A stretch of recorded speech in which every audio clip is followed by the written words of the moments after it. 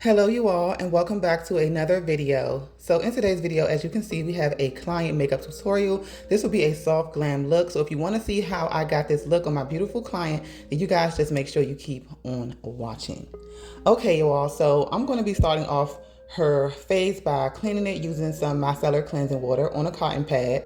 You want to make sure you wipe off your client's face before you begin. Even though, they say that their face is clean, you still want to just make sure there's nothing left on the skin. I'm going to be going in with a moisturizer, and I also like to put the moisturizer under the eyes if I'm not using an eye cream. This will just help to hydrate underneath the eyes so that, underneath the eyes are not as drying when you put down the concealer and the powder. Her face was a little bit drier in the center, so I wanted this moisturizer to just sit while I do her makeup and give her face time to hydrate and to soak it all in.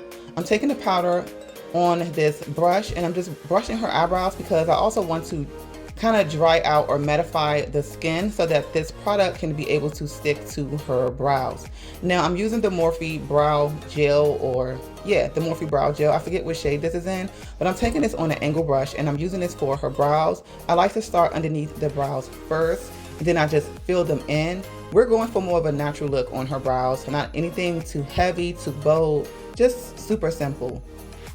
Now we do know that brows are not twins, they are sisters. So I really wanted to make sure that I got them as close as possible to looking the same, but not necessarily even. Every time I try too hard to perfect something, eventually I mess up, and I don't want to waste too much time, okay? So when you're doing the brows, you definitely want to take your time to do the brows. As you can see, her brows are pretty sparse. They are not as, long. So I had to make sure that I filled them in and made sure I evened them out in the beginning and the end. So I wanted her brows to go from where the beginning of her eye started and where her eye ended. And her brows were not there. So I just created that using this brow gel, but still making them look as natural as possible. You want to make sure that you do the brows according to the shape of your client's face. My client is more petite, but she's very tall. She's a model. She's very petite, but she's tall. So because her face is a little bit more smaller, I didn't want to do bold, huge brows. And that was one of the things that she said she did not want. She wanted her brows to be small. So I was like, okay. So we definitely accomplished that. Again, don't worry about perfection when it comes to makeup, because you want your makeup to look easy and you want your client to look natural. You know what I mean? Like, we all want that Instagram brow, that Instagram look. But realistically, it's like, is that what your everyday client want? Or is that what you want so that you can look good for Instagram? I'm here to please my clients. I'm not here to please myself. As long as I do a good job and my client likes it, that's all that really matters. So I'm just cleaning up her brows with some concealer. The concealer is definitely going to help me to get the shape that I want. If I didn't get the shape when I put on the product with the pencil or with the pomade, I'm definitely going to get that shape using a concealer. So that's why I don't really worry about how it's looking as far as the shape is concerned when it comes to me just placing a product on at first, because I know I'm going to go in and conceal those brows to perfection. So this is what the brows are looking like so far. I'm satisfied with the brows. They looked really good. Now I'm taking that same concealer and I'm just bringing it down on the eyelids. Do not put too much concealer on the eyelids. It's unnecessary. Okay, it's going to cause the eyeshadow to not sit well, to not blend well. So anyways, I'm taking 2 shades. This will be a very simple eye look, as she wanted something very natural. The focus for her was mainly her face. So I'm just using 2 shades, putting it on really, really lightly, very natural. I used like a burnt orange color, mixed it with a brown, then I put a brown on her lid, and I'm putting it on very lightly because I could saturate this brown. I could and make it very heavy and darker, but I wasn't going for that. I was going for a more natural looking lid. Even though I'm putting on this eyeshadow, I'm making sure that I put it in her crease and I just put it all over the lid and build it up. I'm going to be doing a slight wing liner, and I'm going to be making sure that this liner again is tapered to her eye shape. You don't want to make the liner too big if your client has small eyes, because you're going to take away the eye. It's going to look a little funny. So I had to learn this over time as a makeup artist. I'm taking a black eyeshadow and I'm just blending out that liner, as I don't want it to be too harsh, and I'm blending it out in a winged motion, just kind of copying the liner that I put down. This is going to help to give the eyeliner a more softer look. Next, I'm going to be going in with some glue, placing this on the lash line, as this will help the eyelash to adhere to the natural lashes, and they will stick right on there. So make sure you place the lash exactly where you want it to be, because doing it this way, putting the glue on your natural lashes first and then putting the lash on, it's going to be stuck. If you do it the right way, it's going to be stuck. I did use 2 coats of glue on each eyelash just to make sure that they really stay all day, as she was going to a dinner party that evening. So I had her open up her eyes just to make sure that, you know, the glue wasn't sticking to the bottom of her lash.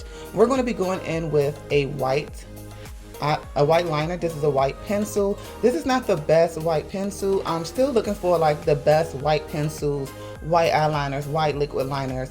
So, you know, I will be going back in with this white liner again later on in the video. I did put some primer on her face, which was the e.l.f. Power Grip Primer, and I sprayed her face with a makeup prep and prime setting spray, because I wanted her face to have some hydration before I added the foundation, as most of my foundations are matte. They're not super drying, but they are matte, which I do like because this is going to help my clients' makeup to last all day long. For her foundation, I used Maybelline, and I mixed a little bit of my MAC foundation in as well, when all I really needed was the Maybelline. It was a perfect match. I'm going in with some Nicka K concealer, and I'm placing this underneath her eyes, really being strategic towards the end of her eyes, because I want to lift her eyes. I want to give her that lifted, snatched look. When I'm placing my concealer on, I like to put the concealer in the middle of the face, only because I want the middle of the face to be the lightest. I want it to really stand out. Product placement is very important when you're doing your makeup or even your client's makeup. You have to put it where it goes, okay? Don't take it down too far, don't make it too high. Like everything, product placement is very key. I took some bronzer on my sponge, and I'm just bouncing this on her face, putting it on her cheekbones, her forehead, kind of putting it up into her lace a little bit because I wanted it to blend. Next, I'm going in with my powder from ORAYBEAUTY in the shade Chocolate, and I'm just pressing this into her skin. I'm not baking. This is my first layer of powder. This is going to help the concealer and everywhere I put the concealer to lay down. So look at her under eyes. Very, very smooth. You don't want to overpack it. You just want to smooth it out. Next, I'm going in with the powder from MAC. This is NC50, I believe, and I am using that to just set the rest of her face, solidifying her makeup. Look at her face. We went from shiny to matte. So now I'm using my Black Radiance, this is my Black Radiance contour palette in the shade Dark Deep. She really wanted her cheekbones to be snatched. She wanted to be contoured, okay? She wanted her face to like really stand out, and that's exactly what I was going to give her. I'm putting on some blush from my Juvia's Place blush palette, and I'm making sure I'm not overdoing it, but I did want that blush to show. So next, I'm going in with my second powder from ORAYBEAUTY in the shade Banana, and we're going to do a little bit of baking because I need her makeup to last all night long. This is my technique, and it works. It works for me. I like to put this on the nose as well because you want the nose to be snatched. You want to make sure the nose stand out because it can get lost in your foundation routine. I'm going to do a reverse contour because I really want her face to stand out and have structure. She have a very beautiful, nice facial structure already. So I just wanted to enhance that, just bring it out a little bit more. I'm putting some brown eyeshadow underneath her eyes because I didn't want that white to stand alone, and I wanted to stand out once I go back in with that pencil, as I am doing now. Putting the white in her waterline again because I want to reinforce it. Always, always, when you're putting on liner, make sure your client is looking up. It works and it helps so much. Next, I'm going in with my lip liner from ORAYBEAUTY, and this one is in the shade Mocha. I'm just going to be lining her lips with this. One thing I do regret as far as her this makeup process is I did not prep her lips before I started the makeup. I should have put some lip balm on her lip before I started, as her lips were a little bit more drying, so I regret not putting that on her lips first. So you guys make sure you prep your client's lips too, okay? So I'm adding some lipstick that I mixed from my Anastasia Beverly Hills lipstick palette. I just mix 2 colors and get a nude, and that palette is good. If you're like, I need another one, if y'all don't have that palette, y'all should definitely order it. I'm blending out the lip liner as it is a little dark. I'm using my pencil, I'm using a eyeshadow brush to blend that out, but I'm taking this fluffy brush now to just blend out underneath her eyes. The powder has been sitting long enough, and look underneath her eyes. It looks so good, so flawless. Again, this powder has no flashback, you guys. So what you see is what you get. Super nice, flawless application. I'm going in with my lip gloss for her from ORAYBEAUTY, and I'm just placing this on top of that lipstick. Still, again, blending out that liner, trying to diffuse it as much as possible. I'm gonna go in with another lip gloss for my brand. This one is in the shade Sleepover, a little lighter, putting it in the middle to give her lips more of a pout. I'm going to be blending that out again. I'd like to take time on the lips just as much as I like to take time on the eyes or the face, because you want the lips to look good. So I'm spraying her face down from that powdery look. Girl, I left my fan inside of a client's hotel room, so I just be ghettoing it out with the paper, girl.